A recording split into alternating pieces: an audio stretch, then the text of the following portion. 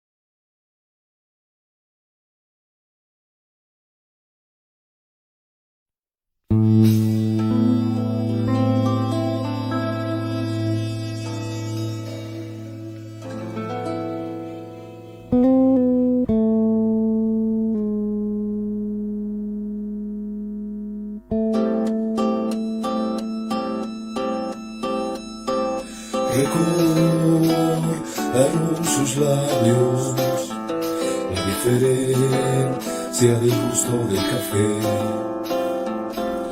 El mundo es uno solo y las nostalgias espejismo no más. Se clavó su mirada en la leyenda que ordenaba el francés. Mis pies sobre la ruta, mi pensamiento vuela universal.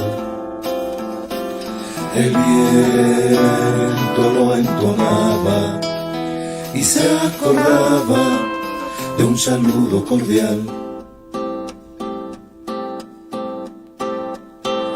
La música inmigrante le preparaba un encuentro casual. Y así como venía, le dio de punta una pelota fugaz. Rodaba una idea, contradiciendo el sentido común. De corte sensiblero, palabra seria y no trascendental. Era una retirada que al despedirse quiere regresar. Se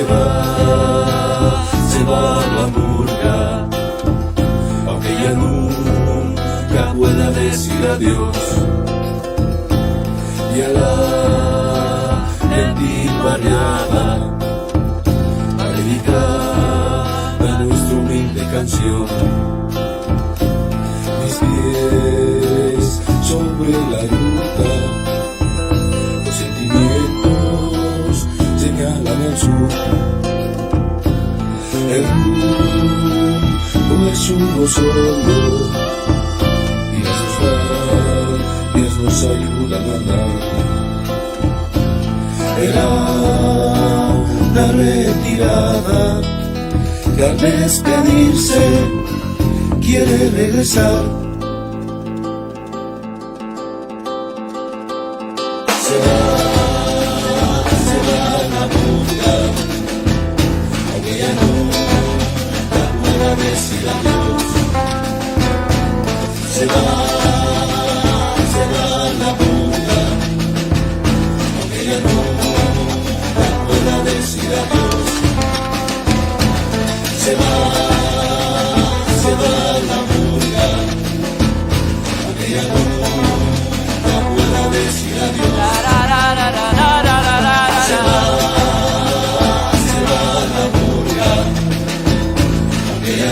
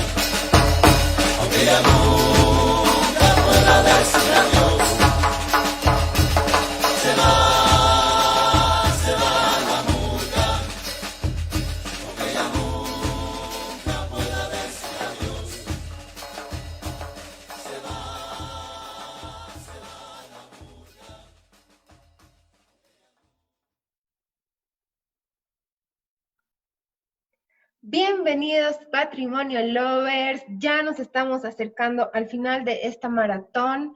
Hemos corrido desde el anterior viernes y estamos ya casi listos para poder terminar este último tramo que yo considero que es el más importante y también el más complicado de tratar, porque si bien antes estábamos hablando de objetos como lo que son los bienes arqueológicos o lo que son los monumentos y sitios o los museos, ahora vamos a hablar de algo muy, muy delicado que son las personas, las comunidades vivas.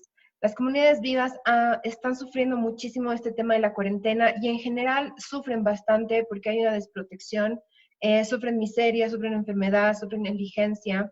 Y bueno, cuando hablamos de comunidades vivas nos referimos a los pequeños círculos sociales que se desarrollan en varios espacios de Bolivia, en tierras bajas, en los Andes, y que todavía resguardan bastantes saberes que son importantes para nuestra cultura. Hoy nos va a acompañar el queridísimo licenciado Richard Mujica. Él es un antropólogo que ha trabajado muchísimo el tema de comunidades vivas y que nos va a dar sus 10 recomendaciones de qué es lo que se tiene que hacer o cómo podemos ayudar a estas comunidades vivas. Esperemos que en minutos más él ya se conecte y podamos conversar y iniciar este diálogo. Y ya veo que ha entrado nuestro invitado y quiero que le den un fuerte aplauso, por favor. Muéstrenme esas palmas ahí en los comentarios. Quiero ver esas palmas porque con ustedes ya se encuentra Richard Mujica. ¡Tarán! No se te escucha, cariño. Recién se está conectando tu audio. Ya, buenísimo. Esperemos 2 segundos que el internet sea benevolente con nosotros y que los dioses de la tecnología nos sonrían. Todavía dice que tu audio se está conectando, debe ser tu señal de internet.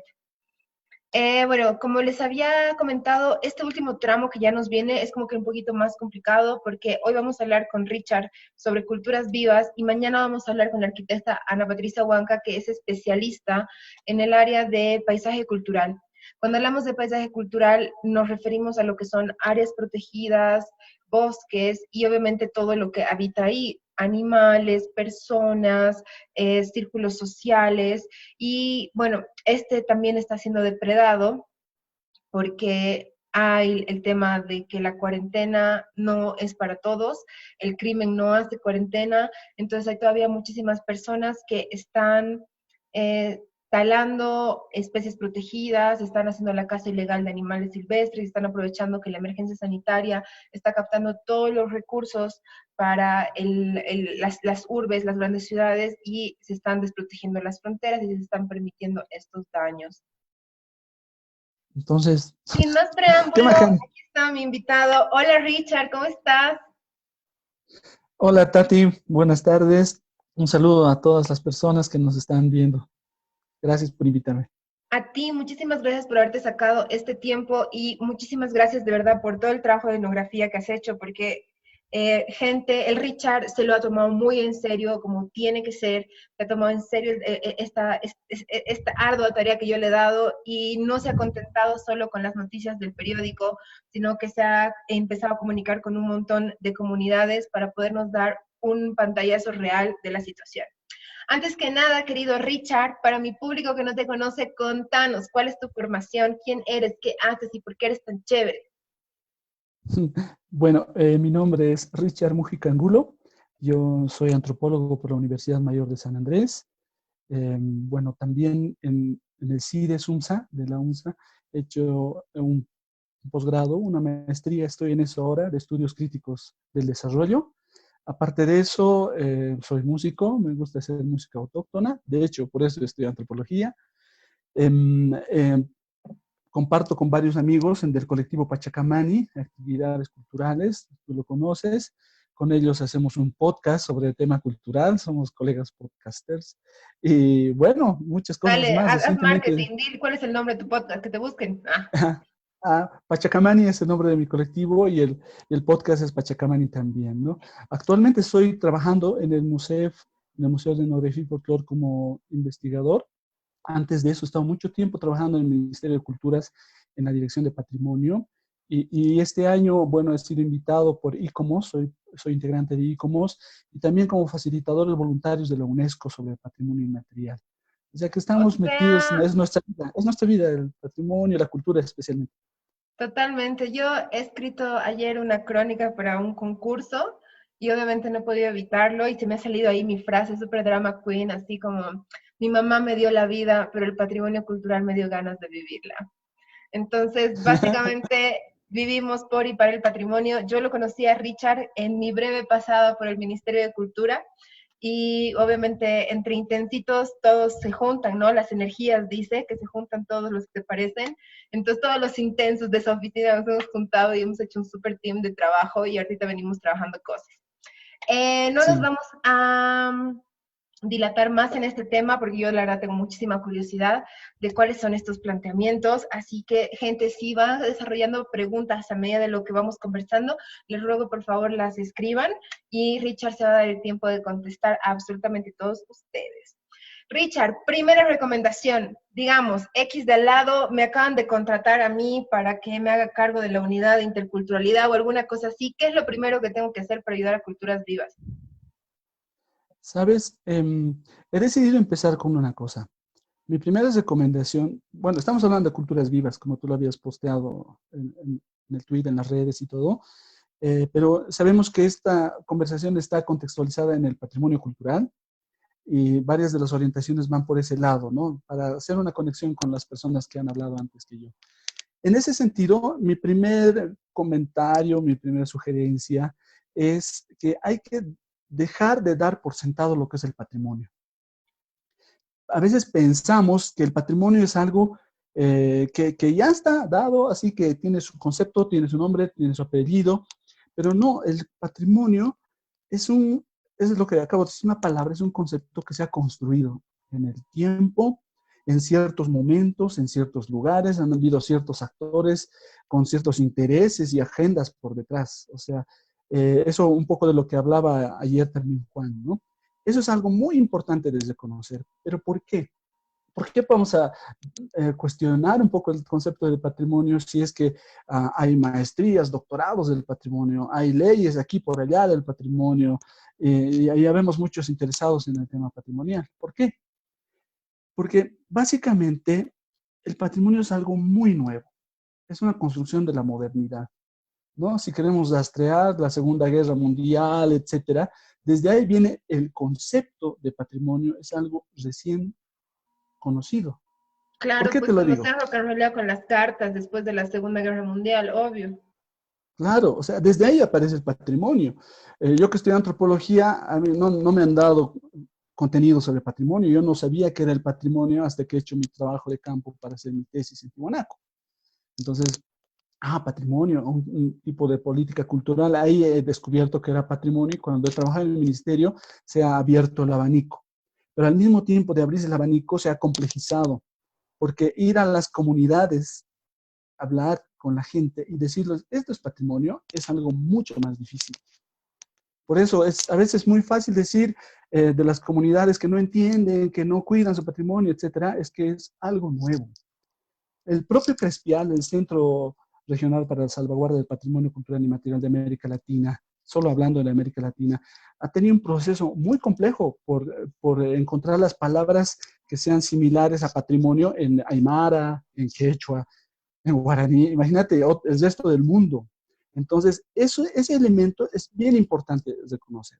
Entonces, parto por ahí, ¿no? Que no hay que dar por sentado que es patrimonio. Y más aún, en lo que he ido trabajando este tiempo, he encontrado tres corrientes así fuertes. O sea, está el Estado, que te habla del patrimonio, tiene sus leyes, reglamentos, a nivel internacional está la UNESCO, el ICOMOS, etcétera. Hay un bagaje fuerte ahí, ¿no? Hay otro bagaje fuerte que es la academia. Hay muchas tesis de doctorado, de maestría que hablan a favor, en contra y todo del patrimonio. Pero también está la comunidad, o las comunidades, para quien se supone que trabajamos el tema patrimonial, ¿no ve? Ellos tienen su idea de patrimonio, que es lo que voy a entrar a comentar. Así que ese sería mi primer punto de Me arranque. parece su hermoso porque también tiene como que mucha comunión con lo que decía ayer Juan, de que tenemos que dejar de imponerles a las comunidades lo que es nuestra visión del patrimonio y que lo que nosotros consideramos importante se tenga que conservar y que ellos tengan que ser como que los guardianes obligadamente sin saber por qué chuches. Me parece increíble eso. Ya, recomendación número 2. Número 2, que el patrimonio cultural sea patrimonio inmaterial, intangible, lo que queramos llamar, patrimonio vivo, o patrimonio material, inmueble, muebles, sitios, etcétera, o el patrimonio natural. O sea, todos los patrimonios, cuando trabajamos en este sentido, tiene que ser a partir de la comunidad. Tenemos que trabajar con la gente de las comunidades. Desde las comunidades tenemos que trabajar. Y eso justamente se relaciona con lo que acabas de decir. Porque es verdad, o sea, agarramos una idea de patrimonialización, de hacer algo patrimonio, y viene desde arriba. O sea, arriba, ¿qué quiere decir? La UNESCO sobre los países, después los estados, ¿no? Y así sucesivamente va bajando, o si no la academia, y todos ellos gradualmente vamos yendo y damos la responsabilidad o echamos la culpa a la parte local, a la gente de las comunidades, autoridades locales, sean municipales o comunitarias. Ahí está el problema. Entonces, esta recomendación, trabajar desde abajo, implica el diálogo. El diálogo es un elemento fundamental para que nosotros podamos ir trabajando. Sentarnos en una mesa o en el suelo alrededor de un tari o en la tenta, donde sea que estemos, pero empezar a ser un poco más transparentes, ¿no? ¿Qué es para mí lo cultural? ¿Qué es para mí el patrimonio como Estado? Para la comunidad, ¿qué es patrimonio? ¿Qué es lo cultural también? Mira, cuando yo iba a hacer talleres de sensibilización, así una palabra horrible, entre comillas lo pongo para explicar qué es patrimonio de las comunidades, me quedaba hablando con ellos, autoridades originales y demás, y siempre lo menciono esto, tal vez alguno ya lo ha escuchado. Dice, una señora se para, una esposa de un Malcu, ¿no? Una Malcutaike, y me dice, entonces, hermano, todo lo que yo hago en mi comunidad es patrimonio, me dice, si es lo que usted me está explicando. Yo le miro y, o sea, yo me fascinó, ¿no? Porque ha agarrado lo que está adentro. Realmente es lo que teje la señora es patrimonio, los conocimientos que tiene para ver si va a ser lluvia o va a ser una temporada de helada, para sembrar su papa es patrimonio, son sus conocimientos, ¿no? De cómo a su ganado va a trabajar, va a tratarlo, qué le da de alimento es patrimonio. Varios elementos, si lo valora, es una palabra que tú siempre has dicho en estas conversaciones, si hay una valoración sobre algo que tenemos, es patrimonio. Entonces, la gente en las comunidades está entendiendo, así, hablando con ellos, que patrimonio puede ser algo que le da valor, algo que es muy cotidiano de su vida, cosa que es diferente a los que vivimos en la ciudad, ¿no es cierto? Entonces, ese elemento es bien importante. Es bien importante porque agarramos a la gente de la comunidad, la involucramos, hacemos que valore lo suyo, no necesariamente dependiendo del turismo, ni de que haya plata o no haya plata, sino es una reafirmación de su identidad. Pero ¿qué pasa? Aquí hay un problema que lo voy a desglosar ahorita. Es que hay filtros, hay criterios por los cuales decimos que algo es patrimonio. Entonces, ahí me voy al siguiente punto. Pero antes, solo enfatizar. El segundo punto me va por el diálogo y por el trabajar el patrimonio, la importancia de la cultura desde abajo. A ver, lo he escrito así. Número 2, dialogar con la comunidad antes de realizar declaraciones de patrimonio. ¿Te parece? Exacto, llegar a consensos de manera legítima. Está bien. Number Ahora, 3, baby. Esto te decía que nos lleva al tercer punto. La tercera recomendación va en entender que el patrimonio es transversal. La cultura, lo cultural, es transversal a muchos otros ámbitos. Ahora, ¿a qué me apunto? De que cuando hablamos de lo cultural, de lo patrimonial, pensamos que solamente el Ministerio de Culturas va a resolver ese problema, ¿no? O si no, cuando estamos en una cosa más práctica, ¿no? Digamos que tenemos que resolver un problema que tenemos en una comunidad referente a apoyar para que no se pierda una festividad o un conocimiento, ¿ya? Entonces, ¿qué pasa? Dice el municipio, no, es que no puedo invertir dinero en esto. ¿Por qué? Porque no es patrimonio. ¿Por qué no es patrimonio si la gente lo considera así? Es que no está declarado como patrimonio cultural. Y ahí viene el filtro que te he mencionado. Hay una visión jurídica muy pesada, densa y burocrática en esto. Y esta cuestión burocrática de lo jurídico termina tabeando, termina transformando, supeditando cualquier iniciativa local que haya de patrimonializar algo, Perjudica más que ¿no? ayudar a veces. Claro, entonces, entonces el alcalde no puede invertir plata en algo porque no es patrimonio, o sea, no tiene ley. Entonces, vamos a declarar patrimonio cultural y eso se replica a nivel nacional inclusive, ¿no? Entonces, no, prefieren priorizar, entre comillas, elementos patrimoniales, la cultura viva, que tengan una ley de patrimonio o que esté inscrita en UNESCO. Lo demás, ¿no es patrimonio acaso? Esa es la gran pregunta. Sí, Entonces, sí, sí, sí. cuando hablo de transversalizar, mira, y aquí viene un poco a lo que habías puesto en el post, ¿no? Estamos hablando de que lo patrimonial, lo cultural, la cultura viva, especialmente hablando de la gente de las comunidades, no es únicamente lo jurídico, no es solamente lo arquitectónico, ni lo antropológico, ni lo sociológico, ni lo económico. O sea, es todo eso. ¿Qué implica? Abrir el paraguas y romper el paraguas del Ministerio de Culturas. No es solamente el Ministerio de Culturas, es también educación, medio ambiente, relaciones exteriores, minería, desarrollo productivo. O sea, imagínate, todos esos ministerios están totalmente imbricados en el tema de la cultura. ¿Por qué? Y aquí viene un tema de fondo. ¿Qué estamos entendiendo por cultura? ¿Qué estamos entendiendo por patrimonio? A eso apunta esto y eso es lo que al final termina moviéndonos. Un ejemplo te voy a dar, aquí tal vez me voy a desarrollar un poco. El tema de los urus, ¿no? En el tema de los urus, ¿qué sucede? Los urus tienen una ley departamental de patrimonio de hace varios años atrás. ¿Cuánto ha servido o no? Eso hay que deshilarlo. Pero cuando hablamos de los urus hace 2 años, llega un proyecto de ley para declarar patrimonio en urgencia ante la UNESCO a los uruchipayas. Y decimos que se está perdiendo la ¿Solo cultura uruchipayas, no los uruchipaya. urus muratos? Eso es lo interesante. Ah, Esa ya. propuesta que vino desde Oruro vino así. Entonces se trabajó, se analizó y se dijo, no, no puede ser solamente los uruchipayas. Además que si hacemos así entre los investigadores, ¿no ve? Los uruchipayas son a quienes desde mucho más antes se ha investigado mucho más y en cierta manera digamos que le han llegado ciertos beneficios.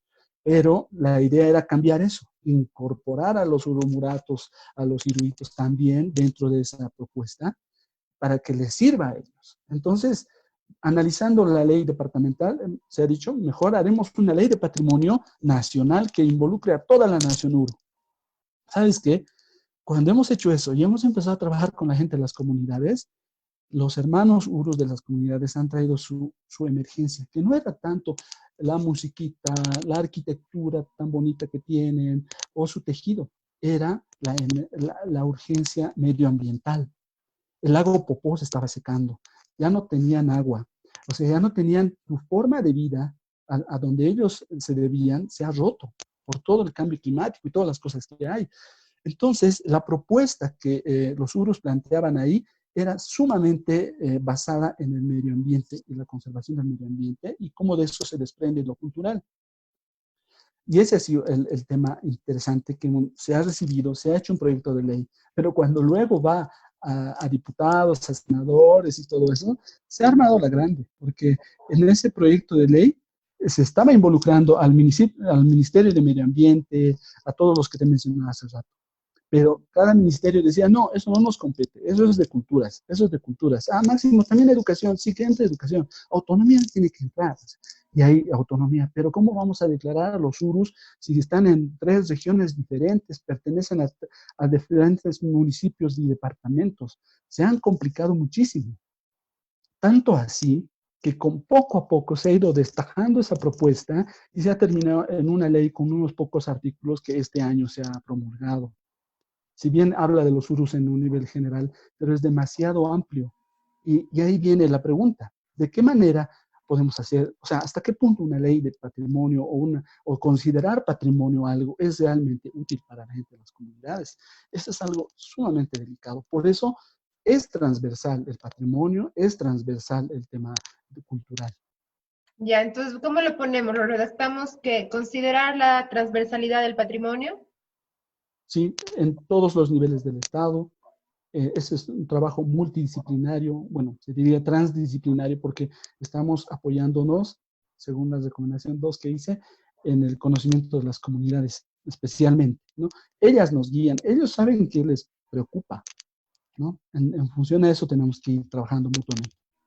Sí, ayer lo mismo conversábamos con el Juan, de que a veces es como que súper complicado hacer estas declaratorias de patrimonio, porque en un deseo de salvar lo que a nosotros consideramos importante desde nuestra mirada histórica, trascendental, social, bla, bla, bla, podemos dañar el tejido social de varias comunidades si es que una es patrimonio y la otra no es. Entonces, de ahí hay una pugna de intereses entre ambas y se rompe el tejido social, ¿no? Empiezan a haber enemistades, se rompen circuitos de diálogo y obviamente, o sea, nadie quiere que te digan, yo soy mejor que tú, tengo mi declaratoria de patrimonio, o sea, no. Lamentablemente a eso va, ¿no? Hace 2 años hice una pequeña investigación y hablamos de desigualdad muchas veces, ¿no ve? Tenemos desigualdad de género, desigualdad económica, etcétera. Yo he planteado que el patrimonio también es una nueva forma de desigualdad. Lamentablemente es así. Y es bueno partir de esos criterios, ser un poco más autocrítico y en función a eso trabajarlo. Porque si pensamos en cosas muy románticas sobre el patrimonio, no funcionan y decimos al final, es que no funciona, es que nadie entiende, es que la ley no sirve, es que a la comunidad no le importa. O sea, podemos decir muchos esques en el proceso. Y eso se debe también a que no hemos partido de una idea tan así más integrada, más relacionada del patrimonio Eso con te iba a todo. decir, es que en realidad no hemos entendido lo que implica la inclusión. Y este es un concepto del que lo estamos así como que, no vamos a decir relativamente nuevo, porque el anterior gobierno ha venido trabajando, a bien o a mal, ha venido trabajando con el tema de la inclusión bastante. Pero Ujú. creo que socialmente todavía no nos ha entrado bien el chip de lo que implica la inclusión. A veces pensamos que incluir es, ya, te voy a aceptar si es que tú aceptas mi idea. Y eso no es inclusión. No, pues es muy condescendiente además la inclusión, ¿no ve? No te garantiza la inclusión, la igualdad tampoco, ¿no? Entonces es sumamente complejo. Mira, me voy al siguiente punto, al cuarto. Tengo miedo de no alcanzar. En el cuarto punto, mira, culturas vivas, ¿no ve? Patrimonio vivo, patrimonio cultural inmaterial. Todos esos conceptos, ciertos sectores académicos lo han criticado, lo han deconstruido muchísimo. O sea, si existe el patrimonio vivo, entonces existe el patrimonio muerto. El patrimonio zombie debe existir. ¿Sabes qué? Todas las Llegamos a casas un del centro que punto, se están cayendo son el patrimonio zombie, weón. bueno, no sé, ¿a qué quiero llegar? De que si tenemos tanta preocupación por la gente de las comunidades, o sea, el patrimonio vivo, el patrimonio, la cultura viva, en realidad estamos hablando de la gente. O sea, si seamos así de directos, estamos hablando de la gente que en esta cuarentena, en estas situaciones, es la más afectada, ¿no? Ahora, ¿aquí qué va? Estoy hablando de la difusión de la información. Así como que hablamos de difundir qué es el patrimonio y se entiende, no se entiende, qué tipo de interpretaciones hay, lo mismo puede haber también con el tema del coronavirus, ya que estamos hablando de eso también. Y sabes que la información, a mi manera de ver, es sumamente urbana. Nos centralizamos en lo urbano, hacemos todo para la ciudad. Es cierto que también en la ciudad son los mayores índices, ¿no? Pero ¿eso qué implica? Que hay un descuido en las comunidades, en el área rural. No, así de entrada la difusión que se ha hecho no se ha trabajado de manera así mucho más amplia, porque he hablado con los hermanos de San Ignacio de Mojos esta mañana y con un dirigente, hermano músico también de Norte Potosí, y en el proceso inicial, la, los ecos que a ellos les llegaban del tema del coronavirus ha sido en español y ha sido así sumamente lejano, ¿no? No te ha llegado a ver que te hablen en quechua qué implica esto, o en ignaciano, mojeño ignaciano. El municipio allá se ha dado iniciativas para hacer sus spots y cosas en mojeño ignaciano, pero de entrada eso no ha habido. Ya, lo tengo que Entonces, decir. Esto no hubiera pasado si no hubieran cerrado las radios comunitarias. Lo tengo que decir. claro, las radios comunitarias son fundamentales. Todos los medios de comunicación son esenciales. Y bueno, lo que tú dices se conecta con otro punto que voy a hablar ahora, es el acceso al Internet, ¿no? Pero voy a hablar de lo mismo. Entonces, ¿qué nos devela este problema en el que estamos metidos? Nos devela algo que siempre hemos sabido, lamentablemente. Existe una ausencia del Estado.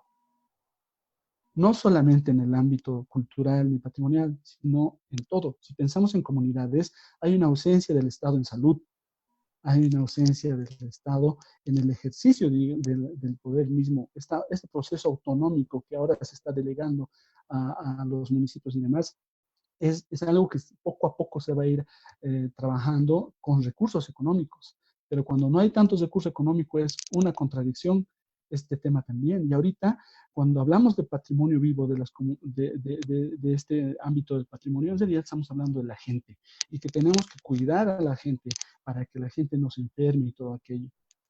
Y, ¿sabes? Ahí me voy hablando de este tema. Espera, ¿cómo vamos Digamos, a redactar tu punto número 4? Hay que dejar el urbecentrismo, ya, ¿cómo lo podemos redactar? es que el tema de la sensibilización, ¿no? La difusión del tema del coronavirus, en este caso siendo concreto, tiene que ser trabajado a nivel de la diversidad cultural que tenemos. Ya, que generar información en los distintos idiomas de las naciones que tenemos. Creo que tenemos 36 idiomas reconocidos. Bueno, como idiomas, la Constitución dice que existen 36 idiomas oficiales, pero de ahí a pueblos es otro número, ¿no? Porque hay idiomas que no se... Entonces, ¿cómo lo podríamos poner? Generar Vamos a información que pueda ser entendida, o sea, que estén, o sea, lo ponemos así en varios idiomas, en varios de los idiomas del Estado plurinacional. en los idiomas oficiales del Estado plurinacional. Ya.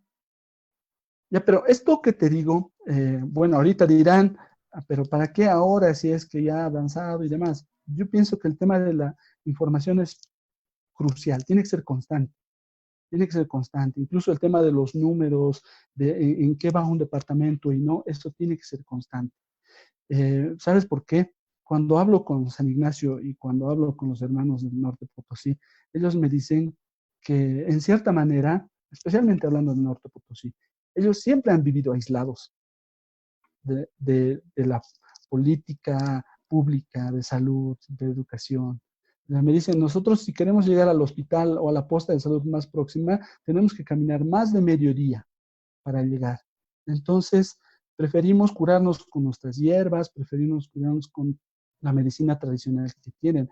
En el más extremo caso, recién van al hospital para poder ser atendidos. ¿Y qué nos lleva a eso? En las postas sanitarias, Yayago, he hablado con Yayago esta mañana, me dice que tienen una infraestructura de un hospital de segundo nivel, pero no tienen equipamiento.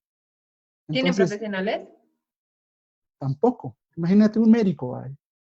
En San Ignacio de Mojos tienen un médico que es el que ha caído enfermo de coronavirus. Aló, Yayagua, necesitamos médicos para Yayagua. Aló, necesitamos médicos para San Ignacio. Mira, San Ignacio de Mojos, en cuanto se han enterado de que se iban a contagiar, o sea, se ha contagiado este hermano médico, han mandado la prueba a Trini ha mandado a Santa Cruz y están esperando hasta ahora, hoy en la mañana he hablado, hasta ahora están esperando el resultado, ¿no? Entonces, en realidad, esta ausencia del Estado es muy presente. Hablando de comunidades indígenas, se ve lo poco que se ha hecho antes y lo poco que se está haciendo hoy por el tema de las comunidades indígenas. Y mucha gente ha debido leer las noticias en el Perú, en el Brasil, esta cuestión de la desatención a los pueblos indígenas, a las comunidades, es muy, muy terrible, es sumamente preocupante, ¿no? Y hasta se puede entender por otras vías esta desatención, ¿no? Recién cuando se denuncian en las redes sociales, recién vamos a llevar comida a los tacanas, o vamos a hacer esto aquí o allá, ¿no? Pero no es parte de la política del Estado, del gobierno. A eso es a lo que quiero llegar. Entonces, mira, puedo hablar mucho del patrimonio inmaterial de las ciudades, pero me estoy orientando más en las comunidades, como verás. No, y eso es lo que nos interesa. Entonces, podemos decir algo así que tu recomendación número 5 sería generar canales de comunicación, canales de integración con las comunidades. ¿Cómo lo podríamos redactar? Yo estoy entendiendo como una acción de cooperación y asistencia constante, ¿no? Ese seguimiento es muy importante para que Ya, tengamos, entonces lo podemos podamos poner ver la así, realidad. generar políticas que aseguren la asistencia y abastecimiento de, de comunidades vivas. Sí, sí, puede ser en cierta manera, sí, porque mira, varía muchísimo de un contexto a contexto, porque con los hermanos del Norte Potosí, Yayagua, Ocoata, ¿no ve? Hablo y me dicen, nosotros estamos normal, afortunadamente no ha llegado aquí el coronavirus, dice, pero todo el sector norte se ha cerrado, ¿no? No permiten ingreso con Cochabamba, con Oruro, con Chuquisaca, se han cerrado ellos. Y eso les permite que moverse. ¿Sabes qué? Me sorprendió lo que me decía el hermano esta mañana. Dice, yo vivo en el municipio de Yayagua, pero que tengo que llegar hasta Pocuata o, ¿cuál es el de lado? Para sembrar mi terreno, que esta es época de agricultura muy fuerte. Entonces caminan una noche y un día, me dice él, para poder llegar de su casa a su terreno de cultivo. Ellos todos los días siguen yendo a pastear su ganado, sus llamas. Tienen el tema del agua, las vertientes y todo para hacer la atención, siguen en esa actividad. O sea, básicamente el trabajo productivo del área rural en el norte de Potosí no ha parado. Ahí no existe una cuarentena como la que estamos hablando nosotros aquí. Entonces, es que tampoco les da la capacidad, dicen, ¿no? Todo el sector norte de Potosí, un municipio tiene 1 o 2 policías y no va a ir a controlar territorios grandes donde la gente se está moviendo. El hermano me dice, en las noches, 3 de la mañana, yo estoy caminando y hay mucha gente que está caminando en bicicleta o a pie para ir a trabajar su terreno o para ir a atender a su ganado. Entonces, esto, ¿sabes qué me ha hecho pensar? Y va en esto del punto 5, ¿no ve? Es cómo entiende la gente esto del coronavirus. Cuando hablo con el hermano de San Ignacio de Mojos, me dice, aquí nadie creía en eso. Decían, de China viene, entonces China es lejos, ¿cómo va a llegar aquí? A menos que venga con los turistas, se ponen a pensar, ¿no? Los hermanos de San Ignacio de Mojos. Y dicen, no va a pasar nada. Y nadie hacía caso. Nadie eh, tenía todo el tema de bioseguridad ni nada, hasta que empezó a mostrarse los números en el BEN, en Trinidad. Y como San Ignacio de Mojos es tan próximo a Trinidad, recién se han asustado un poco, ¿no? Y cuando su médico ha caído enfermo, ahí sí ha sido pánico. Entonces la gente, por miedo, ya no sale. Ahora me dice el hermano de San Ignacio, las calles están vacías, el pueblo de San Ignacio parece un pueblo fantasma, me dice. ¿Por qué? Por el miedo, porque recién han visto a alguien enfermo, recién llega este tema de la conciencia. Pero mira, esto quiero hablarte de un tema, es el tema de la memoria, ¿sí? Queriendo entender la cosa desde un punto de vista antropológico, ¿no? Nunca hemos tenido un referente en el pasado, así en la memoria, de algo que haya pasado así. O sea, no hay. ¿Con qué vas a comparar? Los historiadores nos traen la peste negra y demás cosas, ¿no ve? Que han La habido. peste española creo que es la que más ha llegado, y por lo que le he escuchado diciendo a Mansilla en una de esas charlas que ha dado, había matado un montón de gente, pero como no había un flujo de información tan grande de decir, han matado o sea, se han muerto 5.000, se han muerto 6.000, se han muerto 7.000, no había esa paranoia, entonces la gente seguía nomás con su vida tranquis, no se llegó a hacer una cuarentena aquí en Bolivia, y eso que mató un montón de gente. Por eso, aquí en las comunidades, te hablo de las comunidades, ese es diferente, no hay con qué comparar, ¿no? Va a pasar esto, te va a pasar aquello. No, por eso hay cierta incredulidad sobre lo que está pasando ahora, y por eso radica la importancia en hablarle en su idioma a las personas, en hacerle entender de manera que ellos puedan ir captando y no esperar a que se contagie tu vecino para recién entrar en este tipo de acciones. Entonces, seguimos hablando de esta ausencia, ¿no? De una difusión real, que nosotros en la Sí, ciudad porque nos además, o vemos sea, de todas formas, mira, totalmente. a ver, si nuestro punto número 5 es generar políticas que permitan la protección de las comunidades vivas, dentro de esa protección no solo estamos hablando de un factor económico, sino que estamos hablando de eso, de un flujo de información y obviamente Y, también de dar las condiciones. y si queremos hablar así bien directo del coronavirus, mira, aquí sabemos en la ciudad, ¿quiénes caen por el coronavirus? Las personas adultas, los abuelitos y las abuelitas. Ellos en las comunidades son la base de datos, el background de la información cultural. O sea, si nos vamos al tema patrimonial, ¿no? Entonces, El patrimonio vivo es la gente mayor, los que pueden tienen el conocimiento de la lengua todavía. Imagínate, hay culturas que son unos cuantos nomás que hablan ciertas lenguas oficiales de nuestro país, pero que pueden morir con esta pandemia y los vamos a perder. O sea, nos damos cuenta, por eso te digo, si el Estado, si el gobierno, desde mucho tiempo atrás ha desatendido a las comunidades y ahora lo sigue haciendo, ¿qué nos garantiza que lo va a seguir haciendo, no? Por eso, aquí sí me animo a incluir el tema del patrimonio. Si el Estado va a querer darle seguridad de salud a estas personas por ser patrimonio, entonces nos pondremos la camiseta del patrimonio cultural y vamos a protegerlos. Pero Ya, y parece que, declaraciones para todos. o sea, estoy siendo sumamente sarcástico, ¿no? Sí. Pero por ahí se pinta la situación, no sé, es muy complicado, realmente. A ver, saltaremos a tu punto número 6 antes de que nos vamos a llorar con tus 5, porque a mí ya se me están cayendo mis lágrimas. Ya, el punto 6 es la importancia de los gobiernos locales. La Ya, importancia de los gobiernos locales, hablo de gobierno local no solamente como municipio, ¿no? Está el municipio, están las autoridades originarias, todos aquellos sectores que tienen una representatividad, está dentro de estos gobiernos locales. De esa manera lo planteo. Y, y aquí, ¿sabes? Me vino a la mente una cosa, el tema de la informalidad. Si te das cuenta, el sector cultural, ya sea urbano o rural, se basa en la informalidad, ¿no?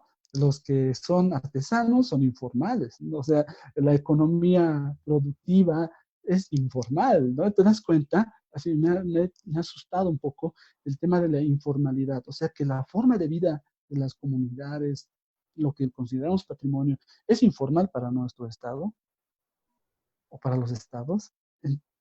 Esa pregunta me he hecho. Tal vez por eso no sabe cómo trabajarlo. ¿Te das cuenta? Hay esta negación o esto de hacernos a los locos ha tenido que llegar a este punto para que estemos en esta situación también hoy en día. Y eso nos lleva a hablar de que tendría que haber un trabajo, hablando de gobiernos locales, mucho, muy articulado. Y eso me ha gustado mucho cómo reaccionan las comunidades por su cuenta, ¿no? En San Ignacio de Mojos, ¿qué me han dicho? Ni bien se han enterado de los números de enfermos, ellos trabajan a partir del cabildo indigenal, que son autoridades mayores, todos son abuelitos y abuelitas que pertenecen a diferentes comunidades y son la representación indígena. Entonces, ellos han sido el pilar para hacer un comité para la parte de salud contra el coronavirus en San Ignacio. wow, fabuloso. Han Sociedad civil articulado organizada. exactamente, han articulado a la iglesia, al municipio, a los militares, a los ganaderos también, porque hay un fuerte ganadero ya movimiento. Entonces, todos a partir de estos han decidido cerrar frontera aquí y allá. Los hermanos de Norte Potosí me cuentan lo mismo, que ellos para protegerse han decidido hacer esta especie de cerco en el norte de Potosí. Entonces, esta importancia del gobierno local, eh, o sea, le está salvando a ellos mismos la vida por la ausencia del Estado, pero también podría ser una ventana a muchas respuestas para el Estado. Si el Estado quisiera entender cómo trabajar de manera mucho más efectiva, tiene que relacionarse de mejor manera con esto, ver este tipo de modelos de comités o cómo se está organizando las comunidades a nivel barrial inclusive, y eso te da una pauta, porque este es otro elemento muy, muy, muy complicado. Esto es algo tan nuevo que no sabemos qué vamos a hacer, por dónde vamos a ir, ¿no ve? Entonces, es algo tan nuevo que nos impulsa a generar ideas. Ya, entonces podríamos decirlo entonces, articular lazos estatales con gobiernos locales. Yo pienso que hay que fortalecer a los gobiernos locales, ¿no? Ya. Fortalecer. Claro, esta relación existe, tiene que haber, ¿no? No se trata de dejar a la suerte a un gobierno local, sino fortalecer el Estado, todos Fortalecer a estos. los gobiernos locales y, o sea, pero ¿cómo ponemos el que haya un flujo de diálogo? Porque tranquilamente el Estado puede decir, ya toma la plata, pero que no haya una comunicación, o que ni siquiera les diga toma la plata, sino que les diga ya te reconozco y pare de contar, un saludo a la bandera. Entonces, una articulación. Es necesaria una articulación entre los niveles del Estado, fortaleciendo los gobiernos locales. Por ahí, tal vez, no sé. Ya, Ahora, ahorita una le vamos a cosita dar que una ahí muestra mejor. me estoy olvidando de este punto, que lo hablaban en Colombia, de que ahora, hablando de gobierno local en la comunidad, es sumamente importante el fomento o el impulso de los investigadores locales.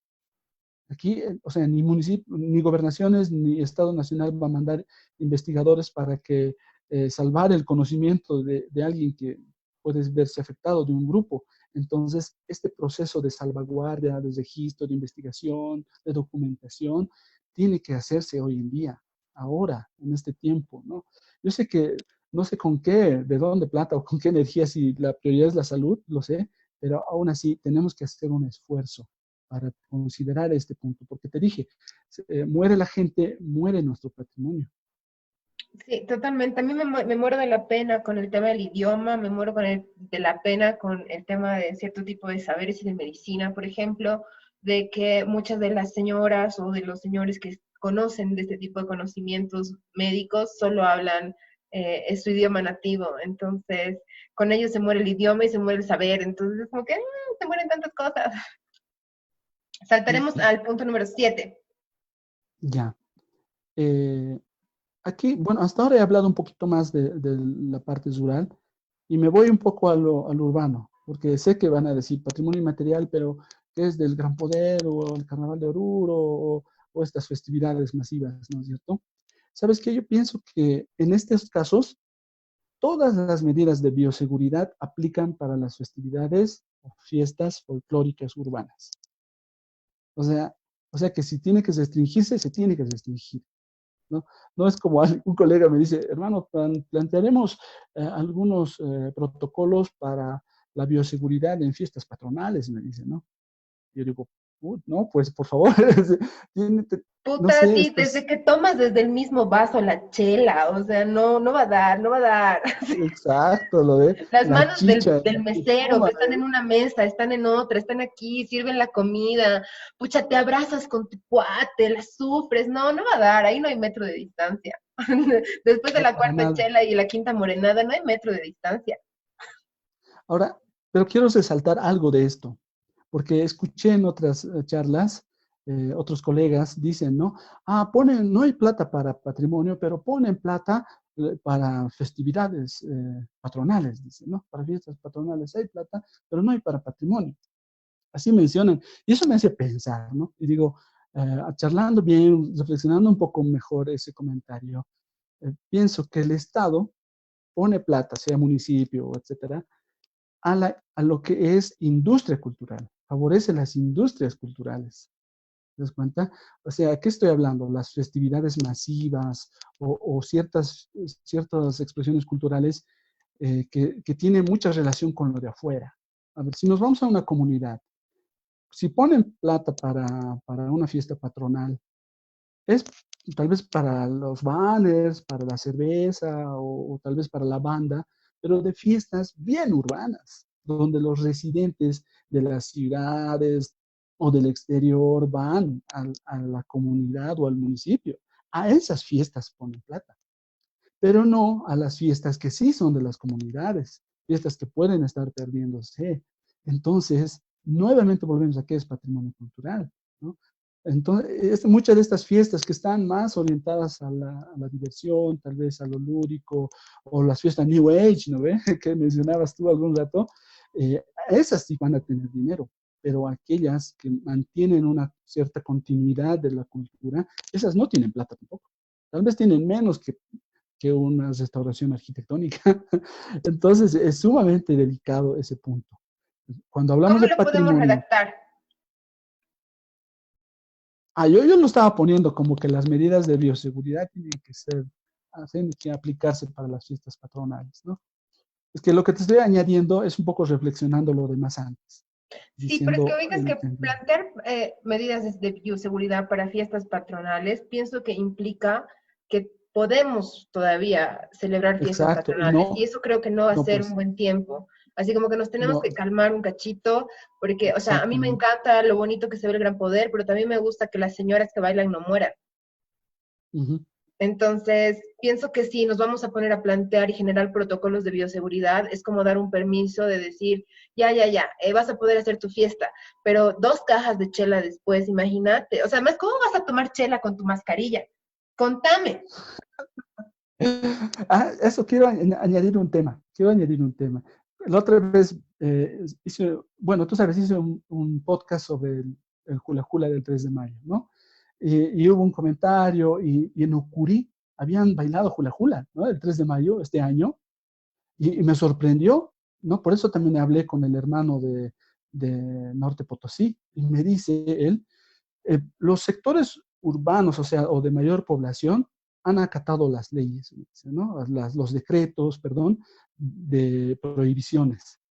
Pero en las comunidades más alejadas, así más familiar, digamos, en una IU, en ahí han hecho la fiesta. Pero he dicho, hermano, pero ¿cómo pueden hacer la fiesta del 3 de mayo en estas condiciones, no? Y me dice, pero es que, hermano, tú no entiendes, la gente no entiende. Si no hacemos esta fiesta, si no chayamos este tiempo a la tierra, no vamos a tener producción al año que viene. La fiesta del 3 de mayo, esta fiesta de Pascua, es para que nosotros tengamos nuestra producción al año. Eso me has respondido. Ya, mira, esto me parece más, Entonces, más respetable, así como, señores, tengo que celebrar mi 3 de mayo, porque si no celebro mi 3 de mayo no voy a poder cosechar, no voy a tener comida, pero si me dices, si no bailo en el Gran Poder a la mitad de la ciudad, ya, no, me voy a morir, eso ya no. te doy un tip más hablando de fiestas, porque, bueno, siempre va por ahí la discusión. Hablando con San Ignacio de Mojos, como te dije, nadie creía que iba a pasar, ¿no? Pero cuando ya se han asustado, han hecho su comité, han dicho, ¿qué vamos a hacer con la fiesta de la Semana Santa en San Ignacio de Mojos? No sé si alguno han visto, pero la fiesta de Semana Santa es alucinante en San Ignacio. Es tanto o igual que la Ichapequene Fiesta, ¿no? Donde bailan los macheteros, que es patrimonio de la humanidad. Así de increíble es la fiesta de Semana Santa. Entonces la gente dice que se ha preocupado, ha dicho, bueno, ni modo, por primera vez en la historia vamos a suspender la fiesta. Y la suspendieron en San Ignacio. Pero eso ha traído cierta congoja, me dice el hermano, en la gente, porque estaba triste. O sea, ellos no hacen la fiesta en San Ignacio por demostrar lo que tengo, ¿no ve? Cuánto tengo, cuánto tal, no sé qué, de las morenadas, sino lo hacen por un sentido religioso.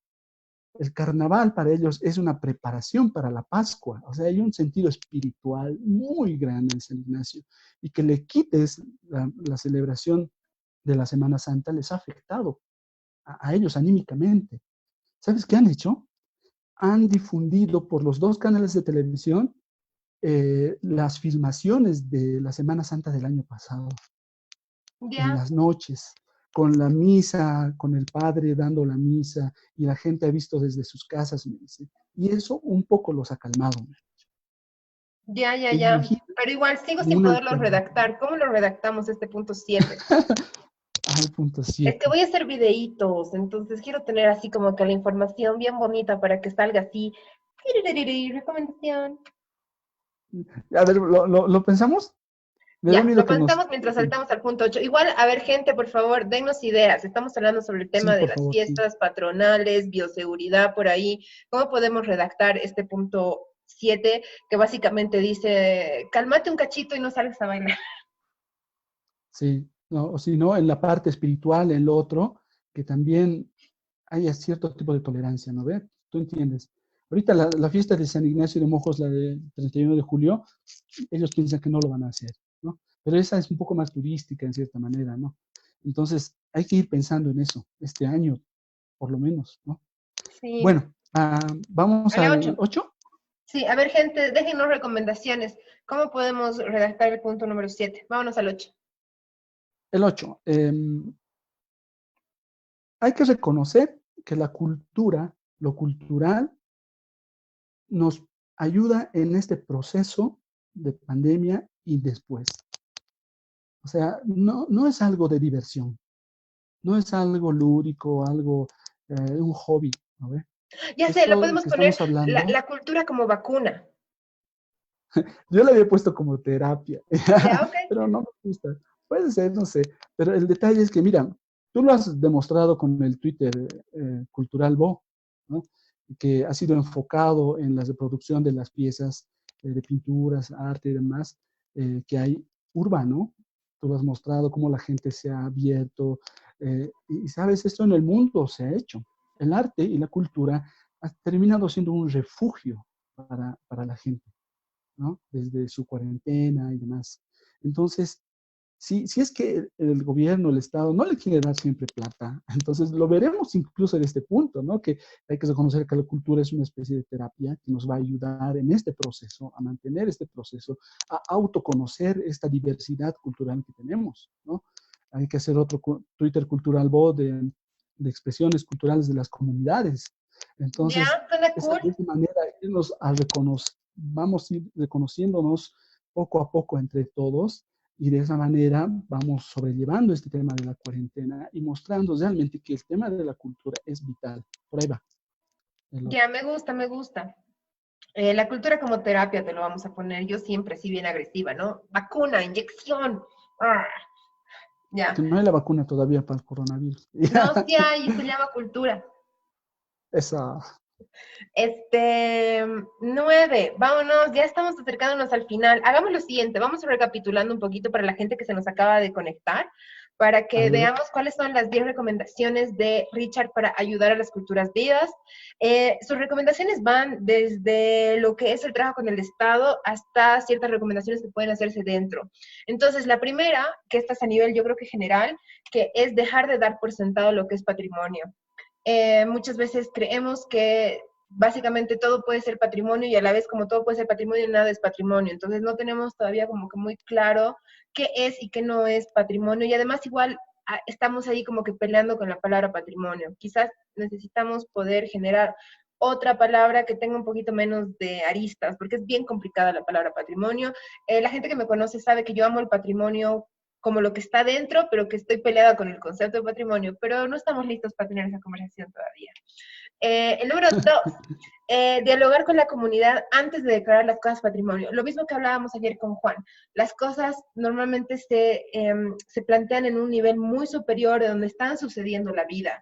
Entonces, desde UNESCO, el gobierno central, el gobierno municipal, hay una imposición hacia las comunidades de lo que se tiene que reconocer patrimonio. Automáticamente se los pone a ellos de guardianes y ellos no saben de qué ni para qué y no se enteran. Entonces, es importante dialogar con ellos para que ellos nos puedan decir, mira, para mí esto es patrimonio, qué bien que para vos eso sea, pero para mí es esto y ahí vamos, ¿no?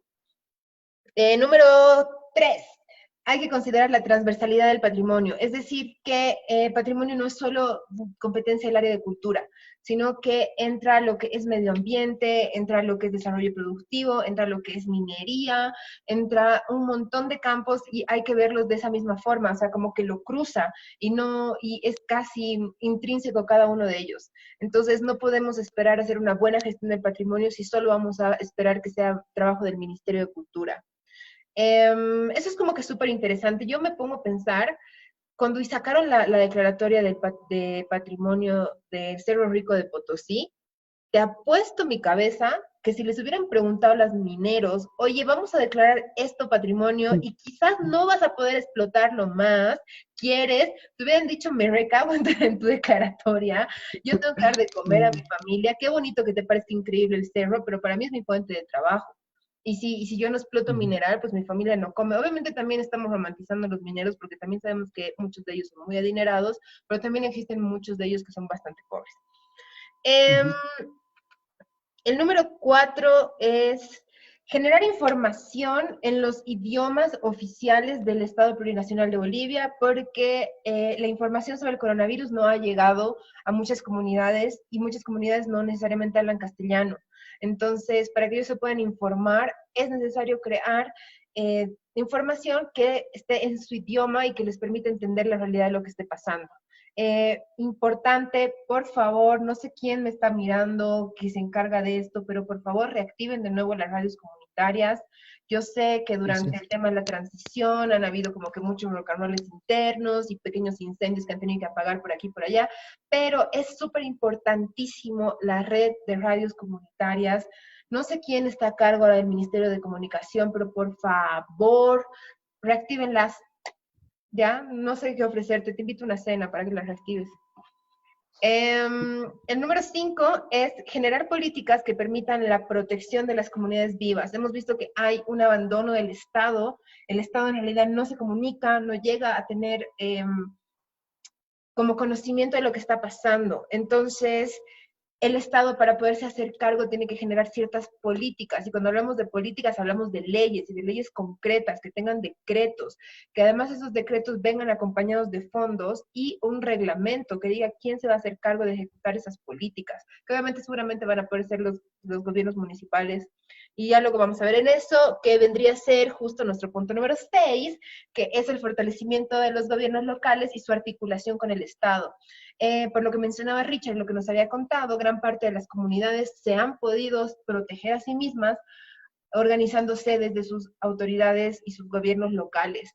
Entonces, ellos mismos han dictado una cuarentena, ellos mismos han dictado cierto tipo de protocolos, y básicamente a la organización de ellos, sociedad civil organizada, es que se están salvando de esto.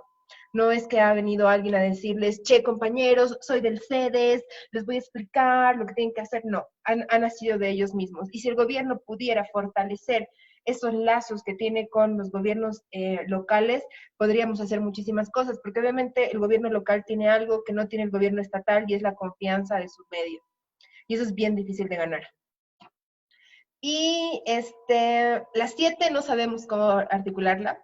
Estamos ahí hablando sobre el tema de las fiestas patronales, que quizás no deberían tener lugar en mucho tiempo hasta que podamos tener esto un poco más controlado, porque nos gustan las fiestas, pero también no queremos que mueran los pasantes, ni los bailarines.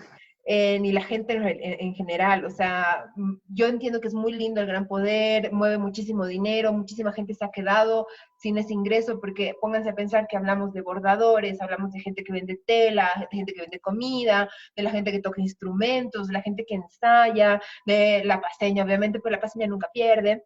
Entonces, todo ese tipo de personas se han quedado sin un ingreso. Pero también ponte a pensar, ¿cuánta gente va al Gran Poder? Y si tú podrías sentarte en una de esas graderías con 1 metro de distancia a tu costado y otro metro de distancia a tu costado, sin sacarte tu barbijo para tomar tu chela, obviamente no lo vas a pasar bien y no va a ser la experiencia Gran Poder. Va a ser súper friki. Yo no me imagino las graderías así con 1 metro de distancia. ¿Tú sí? Pero a eso, ojo que no es solo un tipo de fiesta, ojo, ¿no? Claro, No, no todas de las las fiestas. urbanas, perdón, pero sí también hay el tema de las fiestas patronales en algunos lugares, que sí, a veces se tienen que celebrar, como lo que mencionaba Richard, porque esa fiesta tiene una vinculación con un rito agrario. Entonces, depende de esa fiesta que la gente pueda tener una buena cosecha y por ende comer. Entonces, ayúdenos a redactar el punto 7, por favor. Número 8. Cultura como terapia. Tenemos que podernos entender que gracias a la cultura es que no nos hemos desquiciado durante este tiempo de cuarentena. Has podido ver un libro, has podido ver una peli, has escuchado una canción, has escuchado un podcast. Todo eso ha sido una generación de cultura. Y al mismo tiempo, como te ha permitido mantenerte cuerdo ahora, es lo que te va a sanar después. Así que tenemos que hacer fortalecimiento de la cultura, y además empezarla a ver como eso, como una terapia. Hasta ahí vamos en el punto 8. No, mentira, punto 9. Ahora sí entramos al punto 9. Ese era el 8. Dame tu 9, baby. El 9 se relaciona con el anterior, ¿no? Si estamos hablando de las redes y todo eso así tan bonito que ha funcionado, pero el 9 concretamente, que hay que facilitar el acceso al Internet y a las telecomunicaciones.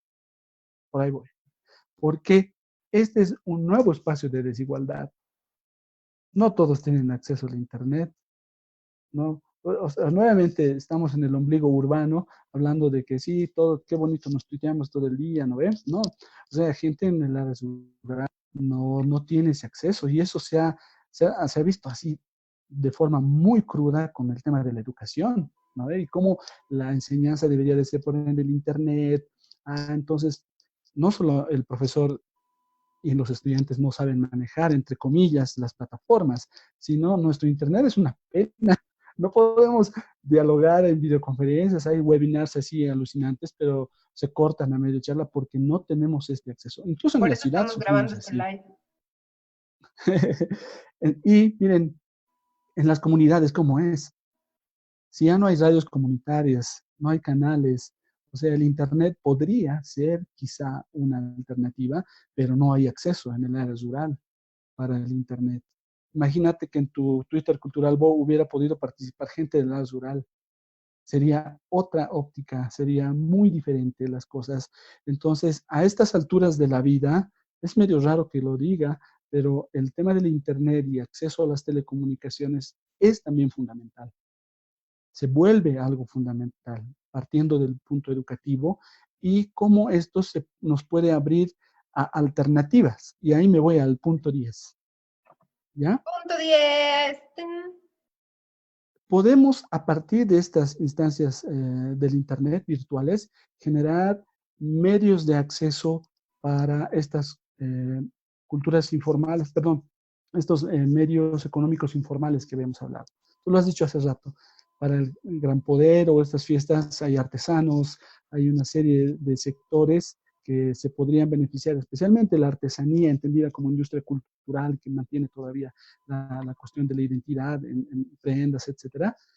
Se podrían crear, al igual que se ha creado en otros países, tiendas virtuales para la venta de este tipo de piezas, Ya, sí, ¿no? sí, yo me recompraría Sí, ropa bordada, así como si fuera así mi y pechera de diablada, me la recompraría. incluso al exterior se está exportando a otros países a partir de las tiendas virtuales, logran hacer eso. Se Ya, podría entonces hacer, podemos llamarlo mira, habilitar plataformas de tienda online para industrias culturales locales. ¿Cómo lo podemos poner? sí, artesanía podemos poner o industrias culturales. Mira, los hermanos de San Inés de Mojos, las memes, las señoras allá, tienen tejidos y piezas alucinantes que me dice que no van a poder venderlo ahora, ¿no? Y de eso también viven al vender en las fiestas. Pero imagínate que pudiera existir esta posibilidad, ayudaría en algo, ¿no? Pues es que se están planteando estrategias, te das cuenta, son otro tipo de escenarios. No, es Tenemos que un yo creo que ayudaría un ministerio. montón, porque si lo estás proyectando para que esto se venda en el mundo, sería fabuloso, porque imagínate así, a las gringas les reencantan nuestros aguayos, y el no tener, o sea, el ahorrarse el pasaje, pero poder comprar su aguayo vía online y que le llegue, y además seguramente va a ser un precio muy accesible para su economía, sería fabuloso. Bueno, por ahí va ese punto también. ¿En qué estamos ya? ¿Qué número? No, ya hemos acabado, ya está acabado tu 10. Ah, sí, ¿no? Tengo una yapa. Ya, buenísimo, venga la yapita cultural. La yapa viene, bueno, es más como conclusión, más que como punto. Entonces, ¿sabes? Mira, atando lo que había hablado más antes. Antes que haya el patrimonio inmaterial, había una tendencia muy grande a lo material, ¿no ve? Nosotros hemos hablado de la Segunda Guerra y todo esto, que se han destruido tantos lugares alucinantes, y por eso se dice protegeremos el patrimonio. Y era pues, más material, ¿no? Desde fines de los 90 se hace todo ese debate académico y de sectores para crear el apelativo de patrimonio cultural inmaterial o patrimonio cultural intangible, que se consolida en 2003 en la UNESCO. Pero, ¿por qué te estoy hablando de esto? Porque cuando se ha pensado en ese concepto, era una especie de reivindicación de la gente de las comunidades que se veían desplazados por el tema patrimonialista de los sitios y de los espacios, de eso. Además que hacía ovación al arte, ¿no ve? Que es diferente a la artesanía, ¿te das cuenta? Entonces, en ese momento el patrimonio inmaterial ha arrancado así. Ahora es otra cosa, es una cosa hasta peligrosa. Pero en nuestro contexto utilizaremos el tema de patrimonio como una estrategia, que sigue siendo una estrategia. Si mediante el patrimonio podemos atender a la gente mayor, a los abuelos y abuelas de las comunidades para que no mueran por el coronavirus, entonces vámonos por el patrimonio. Si así las autoridades y la movida se apoya más, lo haremos. ¿Por qué te digo esto? Porque es muy triste ver cómo se politiza tanto las cosas, ¿no? Es a veces escuchamos hablar de pueblo indígena y ya le estamos poniendo un color, ¿no es cierto? Y parece que es así, es muy lamentable. Entonces, saquémonos de eso, son vidas humanas las que estamos hablando. Y si vamos a entender el patrimonio como una estrategia de ayudar a las comunidades, sean urbanas, sean rurales, para sobrellevar todo esto, tenemos que hacerlo de esa manera. Tal vez ahorita pensar en otro concepto de patrimonio no viene porque ya hay una ley con eso, etcétera, pero así como se está construyendo ese concepto, lo podemos construir a nuestra manera, a la boliviana o según el pueblo que estemos trabajando, lo haremos así, le daremos forma al tema del patrimonio y a lo cultural. Mira, lo mejor que podemos hacer de esta etapa traumática, porque realmente esto va a romper muchas cosas. El patrimonio inmaterial, ¿cuál es la característica? Es la colectividad. Lo colectivo es Y el el dinamismo. patrimonio. Exacto, todo ese flujo de relaciones entre personas, entre la naturaleza, entre los animales, eso es el patrimonio inmaterial. Pero en el proceso en el que estamos entrando ahora es de un individualismo muy, muy fuerte.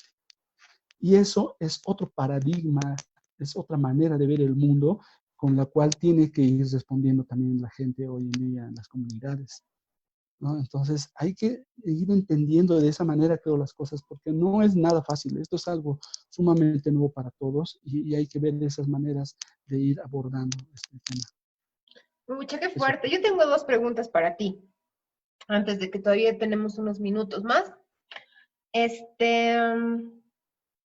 Son un poquito complicadas para variar. Sí, seguro. Dime, ya me estoy preparando. Em, Tenemos esta idea que cuando hablamos de nuestro patrimonio y queremos conseguir dinero a partir de él, a las comunidades siempre se les vende el speech de que su patrimonio va a ser para que venga mucho flujo turístico y que les va a dar mucho dinero y no sé qué, y bla, bla, bla, bla, bla. Y lo hablábamos ayer con el Juan y llegó el momento, pues, no es como lo que acabamos de decir, o sea, pensamos que solo es trabajo del Ministerio de Cultura, ¿no? Pues si tú le prometes a una comunidad que va a haber un flujo turístico, tienes que hablar con el Ministerio de Turismo y decir, hola, tenemos que hacer una ruta turística, un flujo turístico, tienes que sacarme publicidad de este lugar, tienes que promocionármelo, o sea, es un trabajo como que muy conjunto para que se pueda llegar a un éxito, y eso que inclusive tal vez ni siquiera lleguemos al éxito. Entonces, a las comunidades mucho se les vende este speech de que va a venir el turista mesiánico a salvarte, a salvarnos de la economía y no sé qué. Bueno, ahora que obviamente las fronteras se han cerrado y que va a tardar muchísimo tiempo antes de que el turismo pueda levantarse, ¿tú cuáles crees que podrían ser las formas en las que estas culturas, estas comunidades puedan conseguir un ingreso económico? A partir obviamente de lo que ellos consideran su patrimonio. Uy, sí, es una pregunta sumamente Ay, ¿por qué complicada. soy así? Mira, en cierta manera, por un lado, esta dependencia al turismo, si quieres llamarlo así, se ha concentrado en ciertos ámbitos, ¿no? La industria cultural, las artesanías, entre comillas, son parte de esos ámbitos a los cuales se ha vendido este charque, ¿no? Y por eso justamente pensando en eso, te planteaba esto de las tiendas virtuales, ¿no? Las tiendas virtuales y estos espacios en los cuales pueda generarse un flujo. Pero sí, con lo que no estoy de acuerdo para nada es que vendamos gato por liebre, ¿no ve? O sea, trabajar con la gente de las comunidades, hablar de patrimonio, pero terminar utilizando el anzuelo del turismo, eso no es nada honesto, no es nada Es ético, perverso. ¿no? No, y eso funciona con todo, o sea, es bien, bien complicado, oye, ¿no? Porque las disciplinas como la antropología en la que yo trabajo, terminamos siendo una especie de bisagra, ¿no? Yo me entiendo así, ¿no? Hacer entender al Estado, al financiero, etcétera, lo que piensa la comunidad y viceversa, ¿no ve? Porque no voy a ir como un espionaje de las comunidades para sacar todo lo que ellos tienen y venderlo al mejor postor, ¿no? Como que en un tiempo de la antropología lamentablemente se ha hecho también, ¿no? Ha sido un instrumento del colonialismo, pero hoy en día es otro rol en el cual estamos. Y por eso yo te digo, una temporada yo era muy patrimonialista, pero me he decepcionado de todas las cosas que he visto, lo poco que te conté, porque les he contado a todos, es muy triste el tema del patrimonio. Y me he vuelto antipatrimonialista. Y he empezado a ver todo lo negativo del patrimonio y lo perverso que tiene el patrimonio detrás. Es que es por esas agendas, esos intereses que hay detrás del patrimonio. Pero luego he dicho, o sea, chicas, o sea, parece que no hay vuelta que dar, al patrimonio no lo vamos a destruir. Entonces nos apropiaremos del patrimonio, ¿no? Igual que hemos hecho con el charango. El charango una viruela que ha llegado de España y le hemos puesto cuerdas de tripas de animales o después le hemos puesto cuerdas de metal, le hemos puesto nuestro sonido, le hemos hecho nuestro al charango en una diversidad de sonoridades. Entonces, ¿por qué no agarrar al concepto de patrimonio desde abajo, trabajarlo con la gente?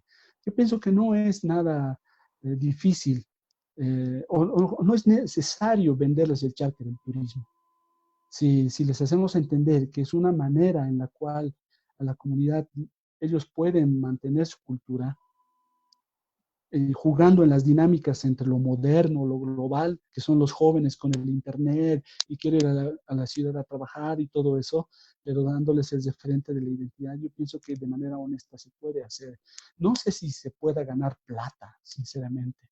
O sea, como tú me dices, ¿qué podemos hacer para que ganen dinero? No sé si eso, pero empezar trabajando con ellos de manera más honesta creo que es el primer paso. Y de ahí ver estas alternativas. Y todo lo de la industria cultural y las artesanías es una alternativa dada, ¿no? Pero mira, me voy a aprovechar de algo que estás diciendo. Por ejemplo, la biodiversidad es una alternativa el tema de patrimonio. Entonces, no vamos a meter transgénicos para hacer un solo tipo de papa teniendo tanta diversidad de tipos de papa, tanta diversidad de tipos de choclos, de maíz. Tenemos nosotros como parte de nuestro patrimonio genético, de nuestro patrimonio cultural, natural, tenemos eso ahora, hoy en día. Y te das cuenta, con la generación de este tipo de políticas, estamos atentando también al patrimonio cultural, estamos atentando a la forma de vida, a la seguridad alimentaria de las comunidades. O sea, ¿para qué les queremos vender algo si más bien si ayudáramos a proteger lo que ellos ya tienen? Entonces ya estaríamos en muchas, de gran manera, ayudándole a la sostenibilidad de la gente que tiene hoy en Mira, día. ahora que acabas de decir eso, se me acaba de ocurrir una idea. Y mira, se las voy a lanzar Ministerio de Turismo para este o el siguiente gobierno, no me importa que me la roben, pero mientras que se haga. Me pongo a pensar que podría ser esa una buena forma de hacer turismo, un turismo gastronómico, em, pero obviamente de partes. El problema es que yo pienso que ahora tenemos que impulsar el turismo local, como no va a poder entrar muchos extranjeros, tenemos que Sí. generar que las mismas personas que viven en las ciudades se muevan dentro de Bolivia y vayan conociendo cosas, ¿no?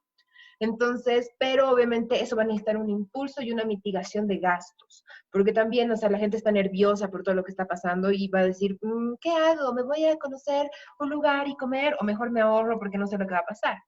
Entonces me pongo a Ujú. pensar, digo, sigamos el Ministerio de Turismo sacara una especie de convocatoria. No sé, vamos a ir a conocer las papas, a probar las papas de los municipios de Yaco. Nosotros ponemos la movilidad, vos pones las ganas de comer.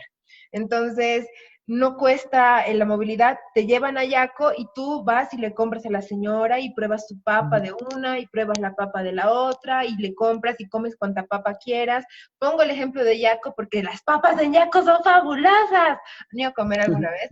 Y además que tiene un gran plus que tienes ver la hermosísima iglesia de Yaco, que es un monstruo, pero es un monstruo El atroz. paisaje cultural. O sea, así sus columnas, sus uvas, no, fabulosas. Y vas a comer papa, rico, el lugar además es medio valle. Entonces pienso que hay que mitigarle cierto tipo de gastos. Por ejemplo, no sé, ven a conocer la iglesia de Curaguara de Carangas. Nosotros ponemos la movilidad, vos pones la cámara, el flash y tu entrada a la iglesia. Punto. Y afuera que haya ¿Sabes? una feria, que la gente venda comida. Yo creo que es una buena forma de reactivar un poquito, aunque sea, se ingresa un poquito de dinero. ¿Sabes? Me hace recuerdo a lo que en el municipio de Tihuanaco llamaban el turismo vivencial, ¿no? Ellos decían, mucha gente que nunca agarraba una chuntilla para sembrar o cosechar la papa, quiere saber, dice, ¿no? Entonces, ¿por qué no les recibimos? Yo le voy a recibir en mi casa para que en la madrugada vayamos al cerro y a escarbar la papa y que se lleve esa papita para que se coma, decían, ¿no? Ese tipo de relación donde la gente de afuera, de las ciudades en este caso, puedan conocer cómo vive una persona en las comunidades, cómo duermen sobre su cuerito, Turismo etcétera, comunitario, o ¿no? sea, en el Perú, por ejemplo, te quedas a dormir en la casa de las Exacto. señoras, desayunas con ellas, cocinas con ellas, te quedas una semana, creo. Bueno, es que puede ser es una alternativa, ¿no? Pero te reitero, la cosa es que si se apunta a ese tipo de actividades, tiene que ser trabajado con la comunidad. No es tanto de vender ilusiones, ¿no? Como he visto muchas veces, hasta soy parte de eso, vender ilusiones a la gente y después no hay nada. Es muy triste eso, Sí, sí, no sí, sé, yo estoy totalmente de acuerdo contigo, porque yo pienso que lo peor que puede haber para alguien en la vida, o sea, seas de donde seas, seas quien seas, es la frustración. O sea, cuando te frustras de donde vengas, es como que un poquito difícil avanzar. Te doy mi segunda pregunta de fuego. dale, dale. Este, ¿Cómo podemos ayudar a la sociedad, o sea, a estas culturas vivas nosotros como sociedad civil? Porque ahorita todas las pautas que me has dado está bien, son cosas que tiene que hacer el Estado, esperemos que se entere algún rato, los municipios también, pero ¿cómo podemos ayudar nosotros? Me pongo a pensar, por Ah, ejemplo, he visto que la carrera de mm, antropología, por ejemplo, se ha juntado para reunir víveres y llevar a los urus. O sea, eso me parece mm, bien, pero me parece que va a funcionar una sola vez. O sea, porque vas a juntar una buena cantidad, vas a llevar y luego se va a acabar esa comida. Y luego vas a decir junto otra vez y la gente tiende a ser como que un poquito, pero yo ya he dado una vez, ¿para qué voy a dar dos? No sé. sí, sí, eso pasa. Es que, ¿sabes? Tiene que ser articulado, ¿no? Está bien, nosotros podemos hacer las cuotas o hacer los donativos, todo eso en la medida de lo que se pueda. De hecho, es muy bueno hacer eso, ¿no? Es muchísimo. Pero a mí me preocupa la apatía del Estado, ¿no? Ante estas situaciones, ¿no? Es que tampoco es echarle todo a la responsabilidad del Estado. Eh, pero aún así el Estado tiene que asumir su rol, ¿te das cuenta? Nosotros podemos hacer esas colectas y todo eso, pero tiene que haber una relación del Estado que se ponga de una vez a hacer lo que tiene que hacer. En otras palabras, estamos hablando de eso. Ahora, el Estado, obviamente, no tenemos que pensar de manera muy centralista. Somos autonómicos, ¿no? Entonces, tal vez nos conviene pues más fácil relacionarnos con nuestro municipio o nuestra organización para poder hacer un poco más ágil este tipo de actividades. Es sumamente complejo, no sé cómo responderte, francamente, ¿no? Es una situación Complicado, ¿no? sumamente Quizás tal vez abrir una complicada. petición por estos crowdfundings, pero o sea, la hueva es que, ¿sabes qué? Ese tema, ¿no? Nos vamos a juntar, vamos a dar dinero, vamos a ayudar un montón y le vamos a quitar la responsabilidad del Estado y él va a decir, ay, no, ya, no me Exacto. tengo que ocupar de esto porque ellos ya se han ocupado. O sea, y está bien, nos tenemos que ocupar, tenemos que ser parte, pero Ujú. el Estado también tiene una responsabilidad. Es como, por ejemplo, cuando la Susana Carpio dijo, lo siento, voy a cerrar Animales SOS, voy a dejar de recibir animales, porque yo estoy haciendo el trabajo que debería estar haciendo el municipio. Y Ujú. tristemente fue muy doloroso, ya nadie tenía dónde llevar a sus perritos, los han terminado muriendo un montón, que no sé qué, bla, bla, bla. Pero era de verdad, la Susana Carpio se estaba bancando sobre sus hombros una responsabilidad que le competía al municipio. Y recién de que la Susana Carpio, creo que pasaron 2 años, abrieron la casa de la mascota, los del municipio, que creo que hasta ahora no funciona bien, o sea, nunca contestan el teléfono, y creo que no tienen ni un solo perrito albergado. Pero ¿qué hacemos, Richard? Abrimos un crowdfunding, no sé. Me da ¿Sabes mucho, qué? mucho yuyo el hecho de que se vaya a morir gente y obviamente también que se vaya a morir gente con saberes, ¿no? ¿Sabes qué? El movimiento que hacemos la gente con la denuncia es muy importante. O sea, la verdad, somos activistas, todos en esto. Es como lo que ayer decía Juan un poco, ¿no? Todos tenemos una posición política. No estoy hablando politiquera, que es una cosa muy diferente. tenemos una posición política, un accionar que nos lleva, y ahí responde un poco lo que dices tú. De hecho, toda la movida que se está haciendo ahora en contra de los transgénicos, a la cual me sumo, es parte de eso. Ya te he fundamentado de que hay que impedir los transgénicos porque estamos atentando la biodiversidad y la seguridad alimentaria de las comunidades, que al final nos llega a nuestro plato también. Entonces, hay que bombardear por las redes para que se pueda llegar a rebatir ese tipo de situaciones y al mismo tiempo hacer ese tipo de colectas para llevar a los hermanos de las comunidades. Es bien importante, ¿sabes qué? Yo me sentía muy mal hoy hablando con el hermano de San Ignacio de Mojos, porque me dice, el gobierno habla de bonos, habla de muchas cosas allá. La gente aquí a la comunidad, de las comunidades, tiene que caminar medio día, un día entero para poder venir a cobrar su bono de familia y eso aquí a San Ignacio, dice, porque hay un solo banco. Y luego son toda la plaza, unas 4 o 5 cuadras, tienen que hacer fila para poder hacer su cobro.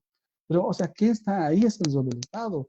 Un banco móvil, han dicho que se iba a trasladar un vehículo para ir a dar, y el mismo hermano se ríe y me dice, a ver, quisiera que entren al Sécure, me dice, ¿no? Que es plena selva, ahí donde hay comunidades. ¿Sabes? Al final, lamentablemente, las comunidades terminan aislándose para no enfermarse por el miedo y todo eso. Pero están en la Amazonía especialmente en una situación muy complicada, ¿no? Muy complicada. El hermano del Norte Potosí que me dice, no, ¿sabes qué, hermano? Nosotros estamos tranquilos, nosotros nos cultivamos, todo tenemos para comer. Lo único que necesitamos de la ciudad es el fósforo, la sal y el azúcar. Dice. Lo demás tenemos nosotros. Y no les estamos vendiendo a la ciudad porque no nos piden, pero si quieren les vamos a hacer trueque, dice así. O sea, la dinámica, es lo que decía Juan ayer también, ¿no? Cada comunidad, cada cultura es un mundo en sí mismo. Por eso me cuesta mucho hablarte, porque es muy difícil generalizar. Sería una falta de respeto hacer una generalización. Y por eso hay que trabajar con ellos en estas alternativas. Ya, mira, justito, perfect timing, ya está diciendo esto, terminen. Hemos hablado de cosas muy interesantes y de cosas muy fuertes y también muy dolorosas. La realidad que vivimos es muy complicada y ese tema de pandemia no ha hecho otra cosa que mostrar más las diferencias que vivimos. Hay mucha diferencia entre cómo se está viviendo la cuarentena aquí en la ciudad y cómo se está viviendo en la zona rural y más aún no solo eso, sino como que mucho más adentro. Hay lugares que todavía, por ejemplo, en la jungle va a ser como que muy complicado inclusive que un médico pueda acceder. Entonces, este tema de lo que dice Richard, creo que depende de nosotros hacer denuncia. Como estamos denunciando el tema de los transgénicos, tenemos que denunciar la negligencia y el abandono del Estado hacia nuestras culturas vivas. Es necesario que ellos también se ocupen de esto. Sabemos que la emergencia sanitaria es muy fuerte, pero ¿qué crees? Es gente también. Entonces, es gente que también se va a morir y es gente que también tiene que entrar dentro del plan de la emergencia sanitaria. Así que yo pienso que ya se tienen que poner las pilas y es súper importante hacerlo ya nomás porque o bien me pones una ambulancia o me pones un súper equipo de investigadores que se van a aprender todas las lenguas y todos los saberes de esta gente antes de que se muera. O sea, no veo otras dos opciones. Muchísimas gracias, Richard, por tu participación. Ha sido un gustazo conversar contigo, siempre es muy lindo conversar contigo y nada, despedite del público y gracias a todos por haber estado. Seguimos por si acaso sin poder redactar el consejo número 7, así que... Ah, verdad. Que sigan escribiendo. Gracias a ti, Tati, muchas gracias a todas las personas que han escuchado. Ojalá que lo que haya conversado sea de utilidad. La verdad, ha sido muy difícil poder hacer esto realmente y bueno, todos hacemos damos un poquito de grano de arena y nuestro corazón para esto. Gracias a todas las personas. A ti, muchísimas gracias y les recuerdo que mañana tenemos a las 5 de la tarde la participación de la arquitecta Ana Patricia Huanca, que es una capísima de paisaje cultural, además que la Anita se está conectando desde Italia, la Anita nos ha sobrevivido al coronavirus desde allá, puede ser una especialidad para ser una mejor profesional para nosotros y para nuestro país y se la coge el coronavirus allá, no puede ser así, pero ya, ha sobrevivido, está fuerte. Ella nos va a hablar mañana sobre todo lo que es paisaje cultural, reservas y cómo protegerlas, porque como hemos hablado al principio, los criminales no tienen cuarentena.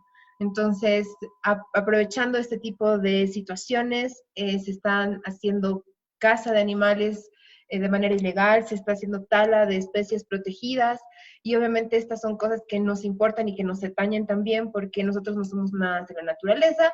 Y el viernes terminamos con broche de oro, Elvira Espejo, la directora del MUSEF, Your Boss Baby, nos va a venir a hablar sobre 10 consejos de cómo se tienen que reinventar los museos en época de pandemia y post-COVID. O sea, yo estoy así esperando eso, que no tienen idea, porque le he pensado también y digo, chucha, ¿qué pueden hacer los museos ahora que no van a poder estar de cara al público? Y espero que la Elvira venga con todo su arsenal de ideas y todo lo open mind, de New Age y propositiva que es ella, a ver qué nos propone.